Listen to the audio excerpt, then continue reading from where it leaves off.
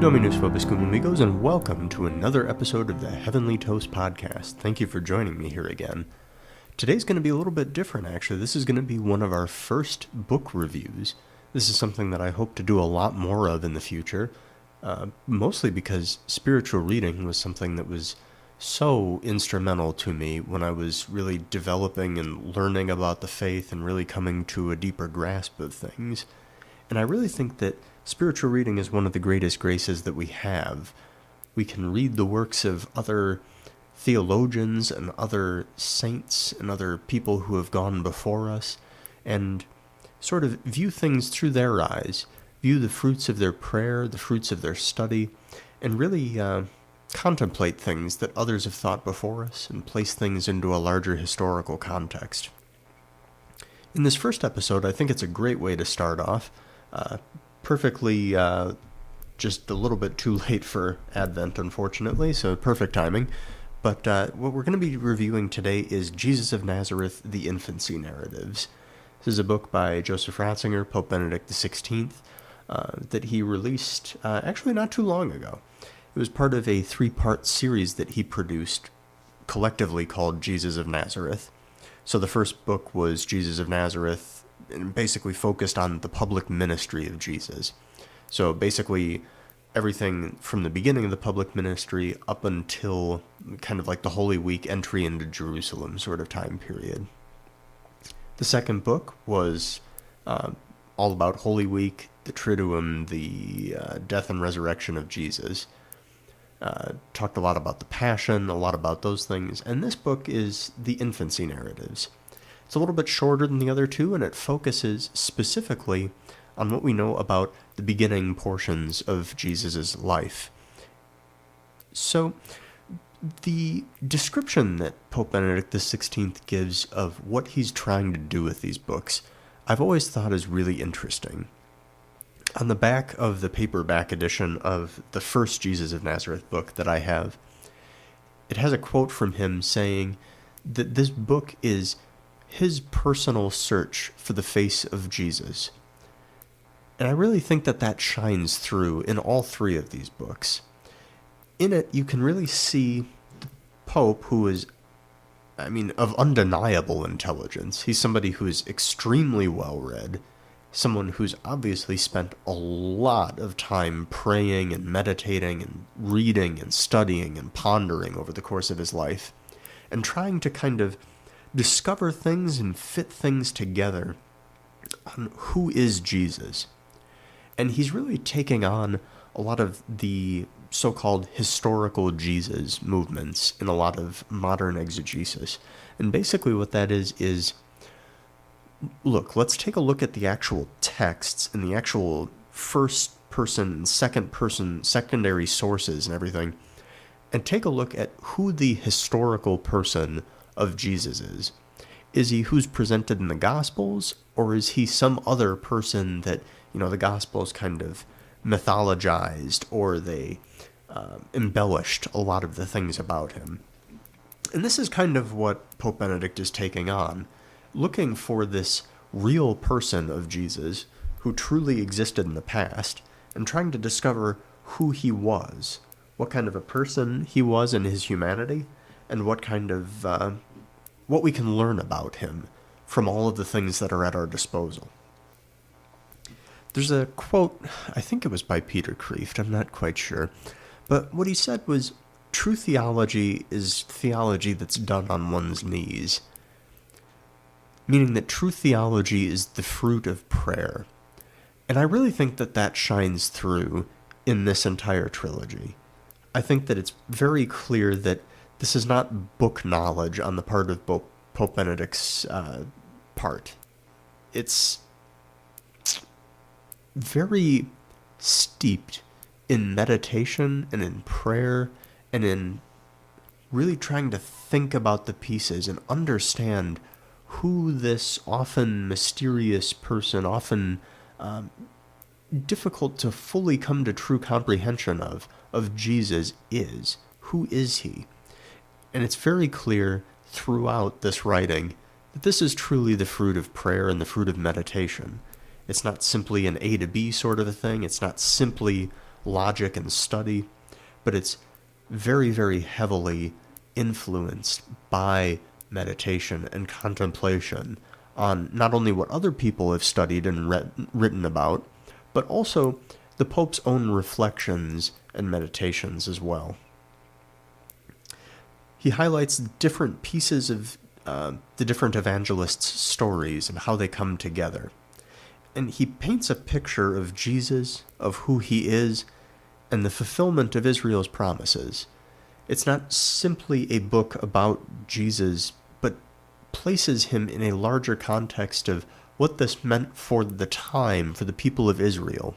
And it even drives into the present to what this means for we as the church now. Jesus wasn't simply some person who existed 2,000 years ago. If we truly believe what the church teaches, we believe that he is God. And the actions, the identity, and the pieces that we put together about Jesus don't only simply affect things all those years ago, but it in fact stretches all the way through the centuries and affects us intimately here and now, in the present situations of our lives, in the present situation of the church, and in every situation that we find ourselves in. So let's talk a little bit about the good and the bad about this book. I read the first Jesus of Nazareth book, probably junior year of college, maybe senior year, I don't remember exactly when, but I remember it basically blew me out of my socks. I mean, it was really unbelievable to read what the Pope had written about this central part of Jesus' life, from the beginning of his public ministry to the entry in Jerusalem before his passion. And I remember reading just page after page of these meditations and explanations and kind of puzzlings of all of these things that Jesus did and said. And I can't help but feel like that first book in the trilogy still sets the bar. This book doesn't seem like rushed or slouchy by any stretch of the imagination, but comparing it to that first book in the trilogy, I really think that that's the best, honestly. And I'll review the other two here as we go, but it seemed fitting right as I wrapped up this book at the end of Advent to do that while it was still fresh in my mind at this point. So it does seem to be, this book, the Infancy Narratives, seems to be a little bit more historical rather than spiritual, because the first Jesus of Nazareth was very, very spiritual in nature. It was very unpacking the meaning of the Our Father, unpacking the meaning of the Beatitudes and what this would have meant for the Israelites and everything. It was very spiritual and applicable to the spiritual life even today. And I felt like this book still certainly was, and there's still certainly plenty of meat in there, but not as much as that first book. I will say this about Benedict XVI, too. He has the ability to be intelligent and profound and still easy to read. That's a trait that's not very common among a lot of writers, either today or in the past. I mean, that's just a very difficult thing to do. He's not overly verbose, he's very direct and to the point, but he still packs a tremendous punch, and he's still very, very intelligent in how he writes and in what he says. The book is very well researched. He cites so many other authors, it's not even funny, and he, more than just citing the authors, really appears to understand what it is that they're saying. And he agrees with other authors and other speakers, and he disagrees with them as well, and points out his own counter-arguments to things. So it's not simply, this big, long, works-cited page because the professor said that he had to have, 12 sources or whatever. It's really taking these other authors and really synthesizing what they had to say and bringing it in so that he really can create a more fully fleshed out image and a more fully fleshed out idea of what it is that he's meditating on and thinking about. It's not too long of a read as well, which is a great thing, especially for Advent, being a shorter of the liturgical seasons. And it's not too difficult of a read either, despite the fact that Benedict XVI writes very well and he writes at a very high level. It's not very hard to read. I will tell you this, though, it may not be the fastest read that you've ever done. There will be a lot of times where you'll put the book down and kind of think about what you've read.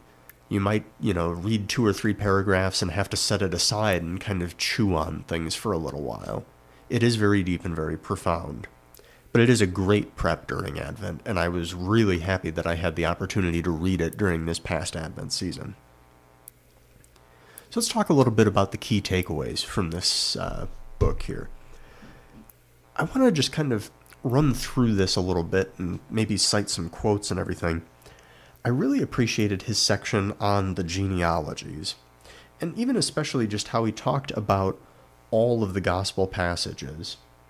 He really made a good point of saying that the Gospels weren't really supposed to be and aren't play-by-play, blow-by-blow accounts of Jesus' life, but rather each of the evangelists has a vantage point and an audience that they're trying to reach. So even when they explain certain elements of Jesus' life and recount certain events, there are subtle differences in all of the accounts. And it's not necessarily because they are supposed to be blow-by-blow accounts and therefore they can't be true because they recorded things, things that maybe were slightly off from one another. But rather, each evangelist was trying to highlight certain points of who Jesus was. Jesus was a divine person. So no evangelist would ever be able to fully encapsulate who Jesus was and what it was that he was actually doing. Instead, each one brings particular parts into focus. Each evangelist uses their own sort of lens to shine a light on particular aspects of who this person of Jesus was for the benefit of the audience that they were writing to and for our benefit as well. It's not simply to explain how Jesus was the fulfillment of all of the promises that God made to Israel. It was actually his redemption of the human race and who he was as a divine person. And we get all of those through Matthew, Mark, Luke, and John in each of their own separate ways. In particular, the discussion that kind of leads things off is the discussion about the genealogy of Jesus. It's the first piece in Matthew, it's one of the early pieces in Luke, and we even catch a different sort of a glimpse of a genealogy at the beginning of the Gospel of St. John. So, what the Pope focuses on here is he says, in Matthew's genealogy, it leads the Gospel and it acts as almost like a header of things. It focuses on Abraham and on David. Matthew was writing to a predominantly Jewish audience, so focusing more on Abraham and David and how the promise passed through Abraham, through David, and is now fulfilled in the person of Jesus Christ makes a lot of sense when you're writing to a predominantly Jewish author. It makes a lot of sense to frame the entire gospel and Jesus' life in that sort of context, to really bring out the elements that Jesus is priest, prophet, and king, and that he is the fulfillment of all of these promises to make a great nation, to make a great family, to make a great people. Luke's genealogy is a little bit different, though. Luke begins all the way at Adam, and he goes through Abraham and David still, but there's a slight difference there, in that he doesn't begin with Abraham as Matthew does. And the Pope points out that there's a different audience for Luke than there is for Matthew.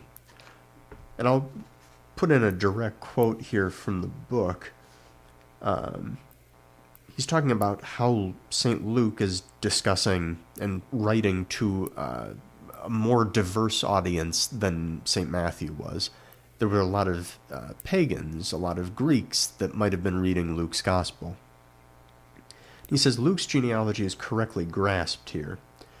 This is my parenthetical note here, in underscoring this notion of going all the way back to Adam, the Pope says, quote, "Jesus takes upon himself the whole of humanity, the whole history of man, and he gives it a decisive reorientation towards a new manner of human existence." End quote. So, this is the proper way, the Pope says, to understand the differences in those two genealogies. In going all the way back to Adam, Luke is speaking about not only simply the promises fulfilled to Israel, but the reorientation and the salvation of all the human race, all the way down the ages, all the way through up to Jesus, in whom the human race finds redemption and salvation. Now, the St. John's genealogy is a little bit different. And what I'm talking about here when I reference St. John's genealogy is John chapter 1, verse 1 and onwards. And that's the passage that begins, "In the beginning was the Word, and the Word was with God, and the Word was God." This is not a genealogy in the conventional sense of this person was this person's father, and this person fathered this person, and then da-da-da-da-da down the line. What this is attesting to is the divine genealogy, if you will, of Jesus. John is presenting Jesus as the only begotten Son of the Father, eternally existing with him, and being God himself. He identifies Jesus as existing since before time began, so to speak, being with the Father and being one with the Father, that there was no distinction. We get the glimpse into his divine personage. And again, as we go on down that genealogy, we hear that the Word was made flesh and dwelt among us. There's a little bit of an interesting reflection on that word, dwelt among us. And I'll read directly from the book again. Quote, "Jesus is, so to speak, the tent of meeting. He is the reality for which the tent and the later temple could only serve as signs." Earlier, the Pope referenced the fact that dwelt among us means pitched his tent among us, literally, in the original language. The tent of meeting was the tabernacle. It was the place where the Israelites would set up and God's presence would dwell among them. Literally and truly, it would be with them. So, what St. John is pointing out in his genealogy is not only who Jesus is, but he's also pointing out the fact that in this act of the incarnation, Jesus, God himself, dwells among us again, truly, bodily, and substantially. This is one of the great takeaways in these different genealogies that we have, is that we can obtain and understand a little bit more about him through each of these gospel writers and in what differences and in what pieces they're attempting to highlight and bring into focus for us. So I really appreciate another section of this book that details the difference between the Annunciation to Mary and the announcement to Zechariah.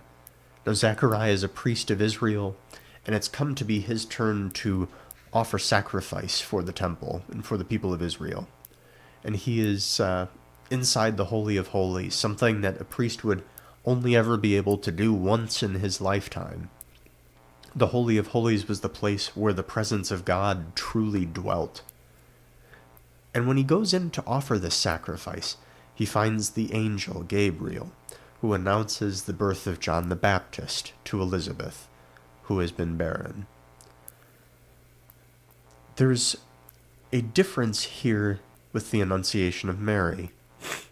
It's a similar sort of a circumstance, where Mary, a poor Israelite woman, is in prayer, and the angel Gabriel again comes to her and announces the birth of a child.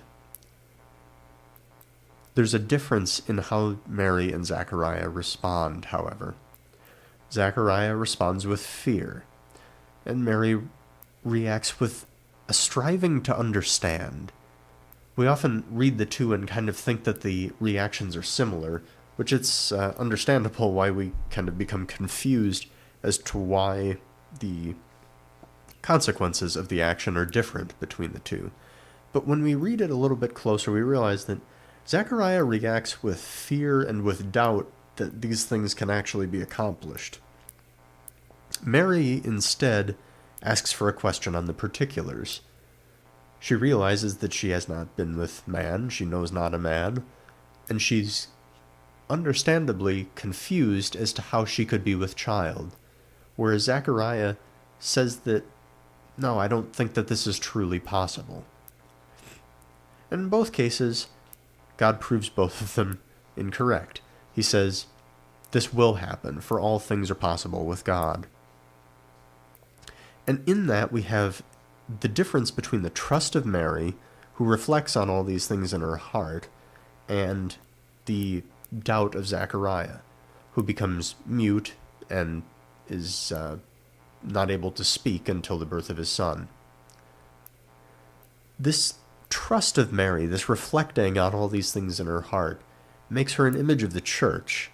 She listens to what it is that God says, and far from being the arbiter or making decisions about what is and what isn't, she reflects on these things and transmits them to others. She ponders, she grows to understand the depth and the breadth of what's being told to her, without attempting to manipulate or control it, without attempting to make the message something that it's not. And I really think that that was a beautiful section, too. Along with Mary here, we have the figure of Saint Joseph, who receives images and dreams. He receives messages from an angel while he's sleeping, who is telling him various things. You know, the people seek the child's life, take the child and the mother and flee. He receives another message, take them here. And it really opens up Joseph as someone who discerns and who responds to God's will. He discerns in that he's thinking about these things, praying about these things, and attempting to ascertain where they come from, and attempts to respond to them as best that he can. So I'll read another section of what the Pope says here. He says, quote, "Once again, this shows us an essential quality of the figure of Saint Joseph, his capacity to perceive the divine and his ability to discern. Only a man who is inwardly watchful for the divine, only someone with a real sensitivity for God and his ways, can receive God's message in this way." So, in this, we really get an image of what this Holy Family must have been like. We have Mary, who's receiving the Annunciation from Gabriel. We have Joseph, who's being visited by an angel in the dream. And they're both discerning, reflecting in their heart, praying, attempting to understand things that are divine. They're attempting to understand what it is that God is calling them to. And I really believe that that's a beautiful image, and something that can help us. Because we often wonder, oh, well, how could I be one of these saints? Well, the Pope is telling us that it takes an inward watchfulness to be cognizant and conscious of the movements of the divine in our souls, that they do in fact happen, that they are in fact there, that God does speak to us, but it takes prayerfulness, watchfulness.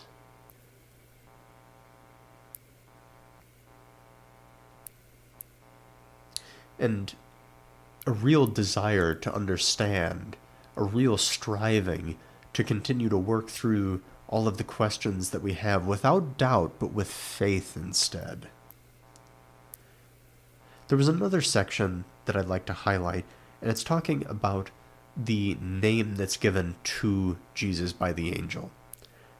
Jesus comes from Yeshua, which means Yahweh saves. This is the entire mission encapsulated in one word of what God wishes to do to Israel and to his people. He wishes to save. And leaving the infancy narrative for a second, the Pope actually brings in the story of the paralytic, where Jesus is ministering to people in a house that's extremely crowded, and they can't get this paralytic to him to be healed, so they go up on the roof, they open up the roof and let the paralytic down. And here's what the Pope says about that.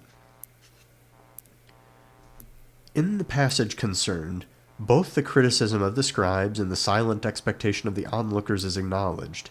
Jesus then demonstrates his ability to forgive sins by ordering the sick man to take up his pallet and walk away healed. At the same time, the priority of forgiveness of sins as the foundation of all true healing is clearly maintained. Man is a relational being, and if his first fundamental relationship is disturbed, his relationship with God, then nothing else can truly be in order.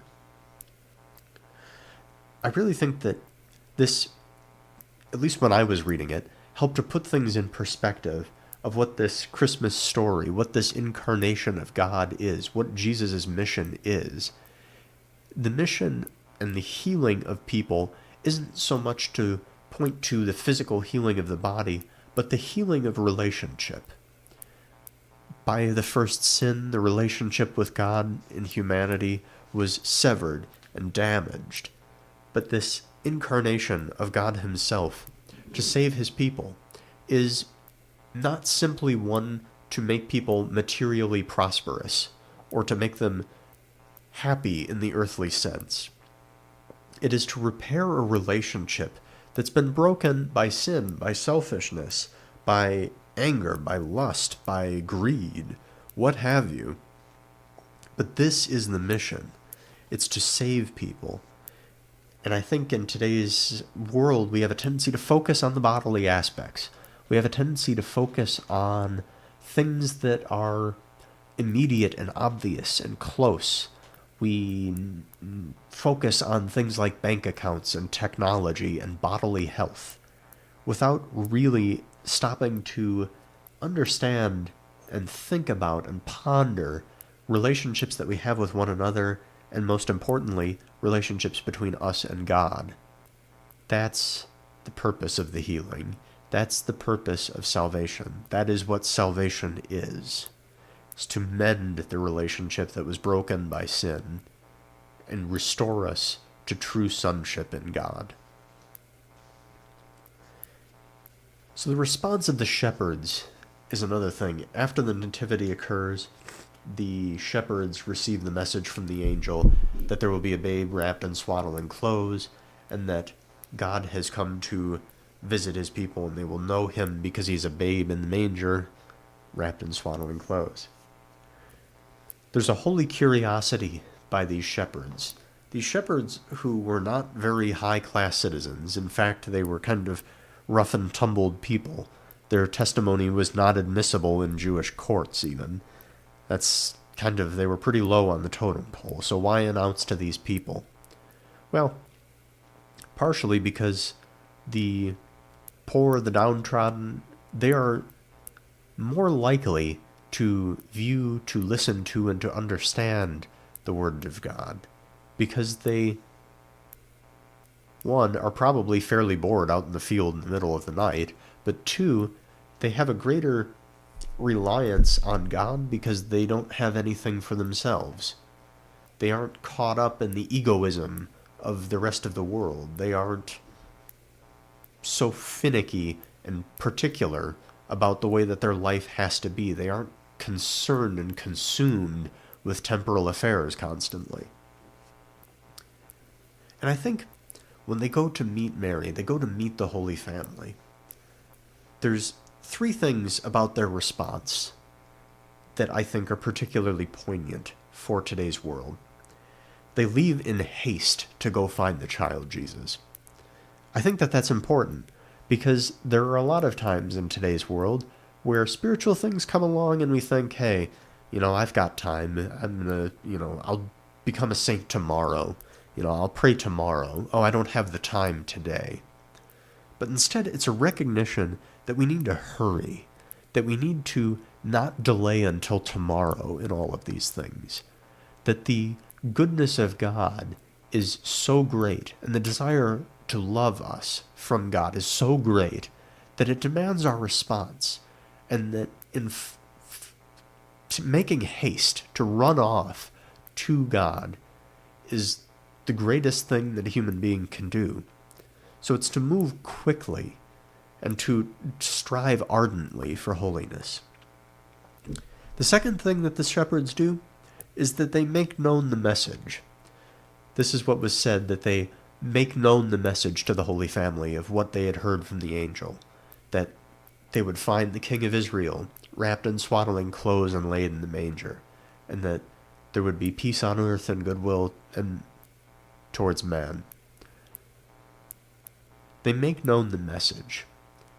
I think that this is crucial for us in our day and age too, to make known the message of God, not to be, necessarily banging the war drum on the corners of streets, but to really show other people how wonderful life that we've found in Christ is, to show that the graces that God has bestowed on us are fantastic, and that the life that we live certainly has its sorrows, but it is filled with wonderful joy. It's to make known the message. And finally, they leave with joy. I think that that's something crucial today too, because there are so often times where I think a lot of people go to Mass. I know I certainly do sometimes, and it's just another thing that we're doing. We go to Mass and we leave really no different than when we started in the first place. It's basically, oh hey, great, I did this thing, perfect. Now, I can check that box off so I don't go to hell. I think when we really stop and think about it, though, the shepherds leave with joy precisely because of what they found there. And at the Mass, we are guaranteed to find Jesus. He humbles himself by transubstantiating himself into bread, and then offering his very self to us in Holy Communion. And I think a lot of times, because the Mass is now commonly celebrated in the vernacular, we think that because we understand the words of Mass, we understand what's going on at Mass. But we really don't. If we sit back and think about it, this is a wondrous, marvelous exchange that we are seeing take place. We are seeing a ripple, if you will, of the Incarnation. We are seeing Jesus himself offering himself on the altar. We are seeing him through the species of the bread and wine. And we are truly looking at him and truly taking him into our being. And if we allow him in there and allow ourselves to trust and to offer ourselves to him as he offers himself to us, we will be filled with joy. We will leave with joy, and we will never be the same. Because we can't be. No human being could contain God within themselves. Instead, God must enter into us and push our heart out in myriad ways and make it larger and bigger and more capable of love. And finally, the section that I think is a key takeaway for this book is this final quote that he's talking about the finding of the child Jesus in the temple. So Jesus, the Holy Family, go up to Jerusalem to offer sacrifice when Jesus is about 12 years old, and the Holy Family believes that he's somewhere in the caravan. They make it a day away from Jerusalem, and they realize that Jesus isn't there. So they go back and they search for him, and on the third day they find him in the temple. And here's what the Pope writes about kind of the thought process of Jesus and what's happening in this situation. Jesus' freedom is not the freedom of the liberal. It is the freedom of the Son, and thus the freedom of the truly devout person. As Son, Jesus brings a new freedom, not the freedom of someone with no obligations, but the freedom of someone totally united with the Father's will, someone who helps mankind to attain the freedom of inner oneness with God.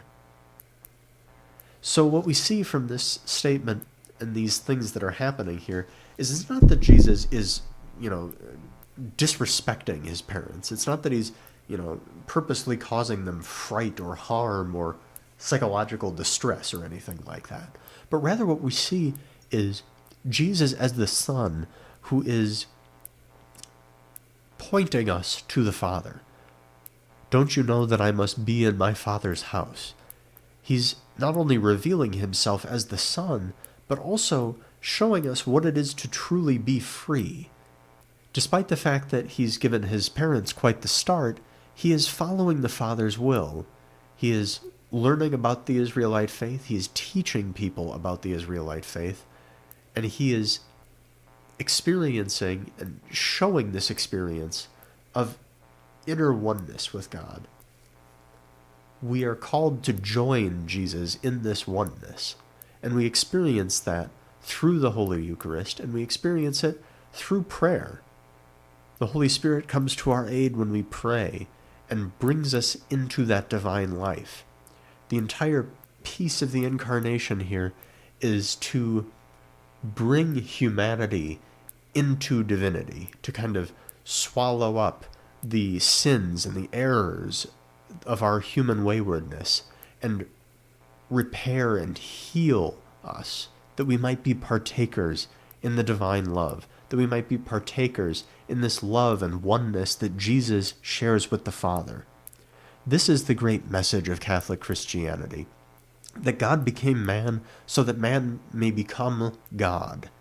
Not to become God in some weird mythological sense, but to be partakers and to participate in the divine life itself, to be one with God, that we might be truly of one mind and heart in Christ. So all that, I think those are the key takeaways of this book. It's only about 130 pages, so the fact that I spent, this long talking to you about it really is a testament to how much meat and substance there is inside of this book. I can't imagine what it'll be like when I review the first Jesus of Nazareth book. But I would really encourage you to take a look at this book.